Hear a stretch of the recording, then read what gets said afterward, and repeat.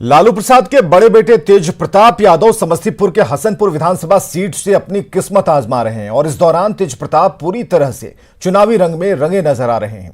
हसनपुर चीनी मिल high school मैदान में आयोजित एक जनसभा के दौरान तेज प्रताप पूरे हाईटेक अंदाज में दिखे। तेज प्रताप सभा में भाग लेने पहुंचे लोगों की तस्वीर को ड्रोन कैमरे में कैद किया। तेज प्रताप खुद ड्रोन कैमरे को ऑपरेट भी कर रहे थे।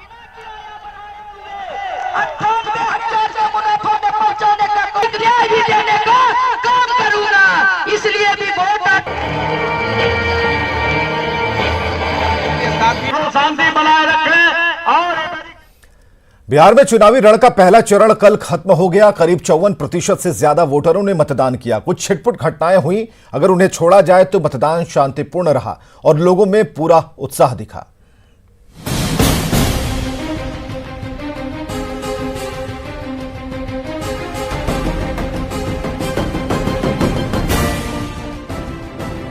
कोरोना काल में हो रहे सबसे बड़े चुनाव का पहला चरण पूरा हो गया। बिहार के 16 जिलों की 71 सीटों पर मतदाताओं ने उम्मीदवारों की किस्मत ईवीएम में कैद कर दी। 10 नवंबर को पहले चरण के 1066 उम्मीदवारों की किस्मत का फैसला होगा। लोकतंत्र के इस महापर्व में हिस्सा लेने के लिए मतदाताओं में उत्साह भी दिखाई दिया। सभी बूथों पर हर उम्र के मतदाताओं की लंबी लाइन दिखी। इसके लिए मुख्य निर्वाचन आयुक्त ने भी धन्यवाद दिया कि हमारे लिए ये चुनाव आयोग के लिए ये चुनाव it's a leap of faith and not a leap in the dark. कि बिहार का जो इस बार का फेज 1 है उसमें 16 डिस्ट्रिक्ट्स हैं और 16 में से 12 लेफ्ट विंग डिस्ट्रिक्ट्स हैं और उन 12 में से भी 4 ऐसे हैं जिनके बारे में माना जाता है कि they are extreme left wing districts. तो मैं आपको आपके माध्यम से कई लोगों को धन्यवाद करना चाहता हूं। सबसे ज्यादा उत्साह पहली बार मतदान कर रहे वोटरों में था। अच्छी खासी संख्या में मतदाता घरों से बाहर निकले और अगले 5 साल उनका प्रतिनिधित्व कौन करेगा, इसका फैसला ईवीएम पर बटन दबाकर दे दिया। कोरोना की वजह से चुनाव में काफी एहतियात बरती गई थी। मतदान शांतिपूर्वक संपन्न हुआ।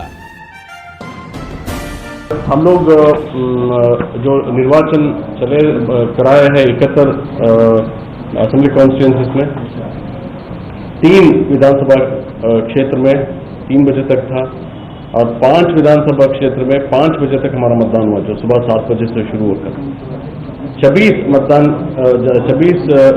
विधानसभा क्षेत्र में हम लोग का 4 बजे तक मतदान संपन्न हुआ और बाकी जो 37 मतदान केंद्र है उसमें 6 बजे तक हम लोग का मतदान चला है। 4 सीटों पर 3 बजे मतदान हुआ।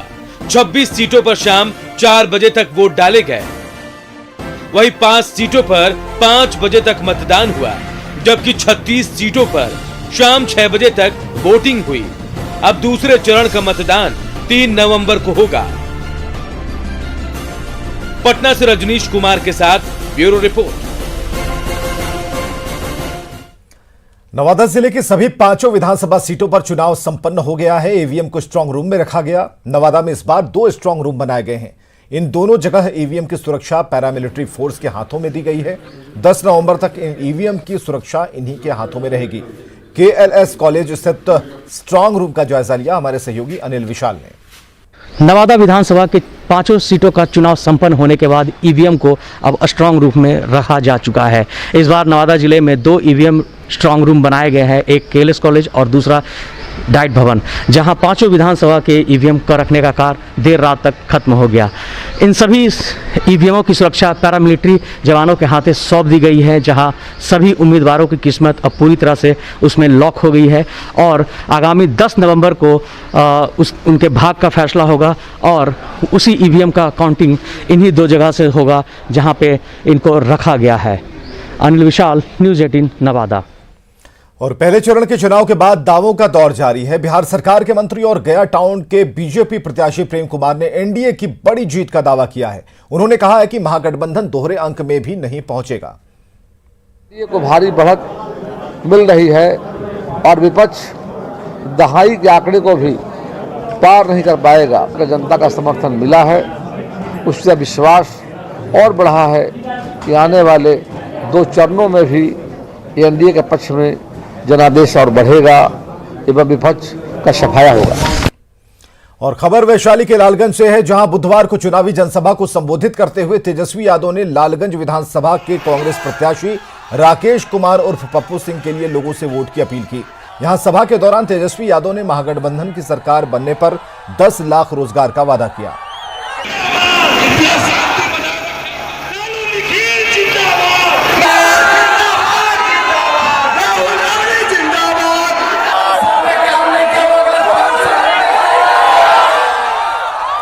और प्रधानमंत्री नरेंद्र मोदी ने अपने रैलियों के जरिए विपक्ष पर करारा प्रहार किया। बिहार चुनाव के अपने दूसरे दौरे में प्रधानमंत्री ने चुनावी सभा का आगाज दरभंगा से किया और लोगों से मिथिला की संस्कृति की बात की, मिथिला की धरती के बारे में बताया और कवि विद्यापति की मां सीता से की गई प्रार्थना का भी उन्होंने जिक्र किया। पग पग पोखर माछ मखान, मधुर बोल मुस्की मुखपान, विद्या वैभव शांति प्रतीक, विद्यापति ई मिथिला थी। प्रधानमंत्री नरेंद्र मोदी बुधवार को बिहार में दूसरी बार चुनावी दौरे पर थे। 3 नवंबर को होने वाले दूसरे चरण के मतदान के लिए पीएम मोदी ने मिथिलांचल की धरती से चुनाव प्रचार शुरू किया। उनकी पहली सभा दरभंगा में हुई, जिसमें प्रधानमंत्री का मिथिला प्रेम दिखा। पीएम ने मिथिला की धरती को नमन किया और बताया कि क्यों ये स्थान दूसरी जगहों से खास है। ज्ञान, धान, पान, मखान से समृद्ध हुई इस गौरवशाली धरती पर अपने सबके अभिनंदन करे थी।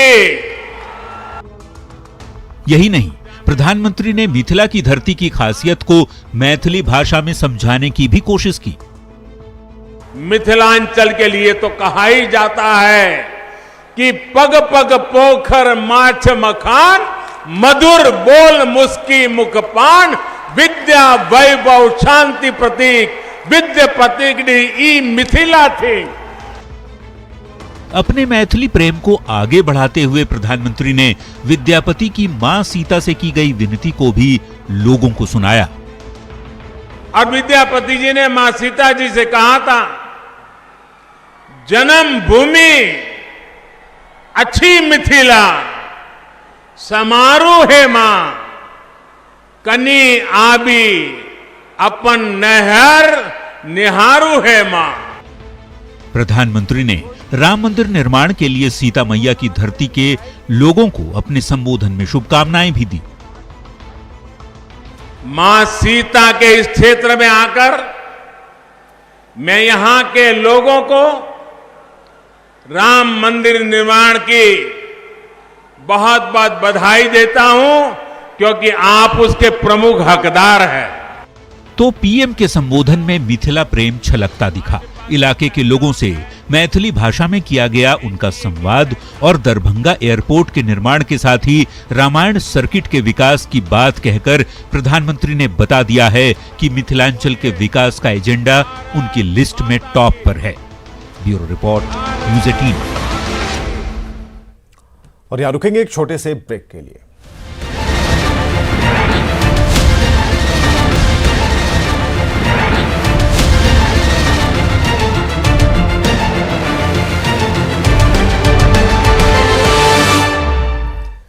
मुंगेर में चुनाव से एक दिन पहले प्रतिमा विसर्जन के दौरान गोली लगने से एक युवक की मौत और 6 लोगों के घायल होने का मामला तूल पकड़ रहा है। इस मामले को सियासी रंग देने के अलावा चैंबर ऑफ कॉमर्स ने जिला प्रशासन के खिलाफ मोर्चा खोला है और रिटायर्ड जज की अध्यक्षता में मामले की पूरी न्यायिक जांच की मांग है। साथ ही संबंधित अधिकारियों पर कार्रवाई को लेकर शहर की दुकानों को अनिश्चितकाल के लिए बंद करने का आह्वान किया है। चैम्बर ऑफ कॉमर्स के अध्यक्ष उन्हीं से जानना चाहते हैं। उन्होंने बंदी का आह्वान भी बुलाया है। उन्होंने कहा है कि जब तक एसपी को नहीं हटाया जाएगा वो बंदी से पीछे नहीं आएंगे। तो आइए इन्हीं से जानते हैं कि क्या मामला है। तो क्या मामला है, किन मामलों को लेकर बंदी बुलाया? दरअसल ये मामला कुछ विदित है कि 26 तारीख को दुर्गा पूजा के विसर्जन के अवसर पर रात में लगभग 11 बजे के बीच प्रशासनिक पदाधिकारियों द्वारा यहाँ के भक्तजनों पर बर्बरता के साथ प्रहार किया गया, लाठियों से पीटा गया और उसी क्रम में आपसी खींचातानी में प्रशासन के द्वारा गोली भी चलाई गई। ये वहाँ जो चश्मदीद थे भक्तगण, उनका कहना है कि पुलिस ने गोली चलाई, लेकिन पुलिस की तरफ से यह कहा जा रहा है कि गोली असामाजिक तत्वों ने चलाई। तो मुंगेर चैम्बर ऑफ कॉमर्स का सिर्फ इतना ही कहना है कि अगर वो सामाजिक तत्वों ने गोली चलाई तो अभी तक पुलिस प्रशासन क्यों नहीं उन व्यक्तियों को पकड़ के एक प्रेस कॉन्फ्रेंस करके उसे अपराधी घोषित कर रही है कि उस व्यक्ति के गोली से ही वो व्यक्ति मरा है। इस बात की पुष्टि आज 72 घंटे हो गए हैं प्रशासन द्वारा नहीं की गई है। मुझे लगता है कि ये पूरा लीपापोती का कार्यक्रम प्रशासन के द्वारा किया जा रहा है। प्रशासन के वरीय पदाधिकारियों को बचाने के लिए इस तरह का षड्यंत्र नीतीश कुमार के आदेश पर मुंगेर में किया जा रहा है। आम जनता से मुंगेर के व्यापारियों से अपील की है कि मुंगेर के आम जनता का एक सपूत, एक बेटा जो 22 साल का था, वो चला गया और उसके साथ ही एक ही नहीं गया है, पुलिस इस आंकड़े को भी छिपा रही है। हम लोगों की जानकारी में कम से कम 4 भक्तजनों के बच्चों की मृत्यु हुई है, जिसकी भी जांच होनी चाहिए। हम लोगों ने प्रथम दिन ही कहा था कि रिटायर्ड जज के नेतृत्व में न्यायिक जांच की मांग मुंगेर चैम्बर ऑफ कॉमर्स ने की थी, जो अभी तक नहीं मानी गई है। निश्चित रूप से ये नीतीश सरकार किसी बड़े पदाधिकारी को नीतीश कुमार जी बचाने के लिए पूरा षड्यंत्र कर रहे हैं। Arun Sharma, news 18 Munger. Amazon great Indian festival के जरिए आपको अपनी जरूरत के सामानों पर बम्पर छूट मिल रहा है, लेकिन सबसे बड़ी डील हासिल करने के लिए बने रहिए अमेजन के साथ, जो दिन में 3 दफे हॉट डील का ऐलान करता है। Great Indian Festival Khushiyan Gifting Days live now. Great Indian Festival Khushiyan Gifting Days live now. और रुकेंगे एक छोटे से ब्रेक के लिए।